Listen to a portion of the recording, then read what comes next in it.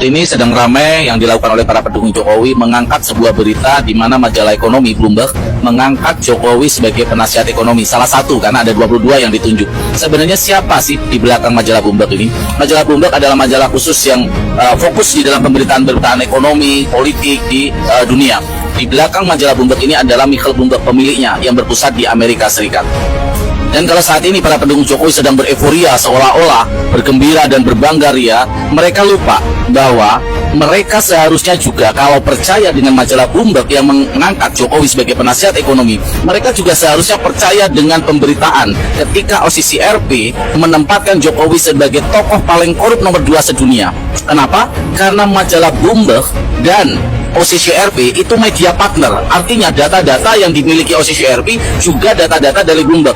Maka kalau mereka saat ini sedang percaya dengan pemberitaan dan pengangkatan Jokowi sebagai penasihat ekonomi Bloomberg, mereka juga seharusnya menerima pemberitaan bahwa Jokowi adalah tokoh paling korup nomor 2 sedunia.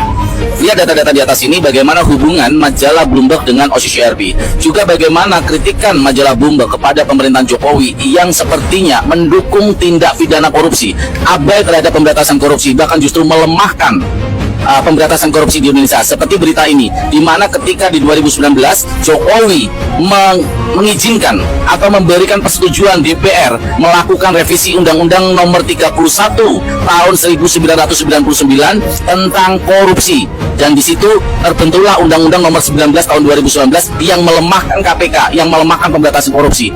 Bloomberg mengkritik keras yang dilakukan oleh Jokowi. Dan lihat datanya teman-teman semuanya, sengaja saya kasih dua, berbahasa Inggris dan berbahasa Indonesia, karena kita tahu bagaimana kemampuan literasi dari pendukung Jokowi yang tidak mampu memahami tulisan-tulisan atau berita-berita bahasa Inggris. Dan juga menarik ketika mereka sedang memberitakan tentang Jokowi yang diangkat sebagai penasihat ekonomi Bloomberg, mereka seolah-olah di media di VT-VT-nya mereka, di video-video mereka menyerang Anies Baswedan. Apa yang bisa dilakukan Anies? Inilah yang saya katakan pendukung Jokowi ini orang yang kurang literasi. Kalau mereka saat ini begitu percaya dan memuja-muja Bloomberg, mereka harus percaya juga bahwa Anies Baswedan pernah menjadi narasumber utama di dalam forum Bloomberg yang diadakan oleh Bloomberg itu sendiri, menjadi pembicara utama. Juga di dalam Pilpres 2024 kemarin, Anies dinobatkan sebagai tokoh presiden, calon presiden yang dimana dalam survei itu paling dipercaya bisa membuat Indonesia menjadi lebih baik dari tokoh-tokoh ekonom yang ditunjuk oleh Bloomberg itu sendiri. Jadi kalau mereka sekarang sedang memuja-muja Bloomberg, mereka seharusnya percaya juga dong bagaimana pemberitaan Bloomberg tentang Anies Baswedan.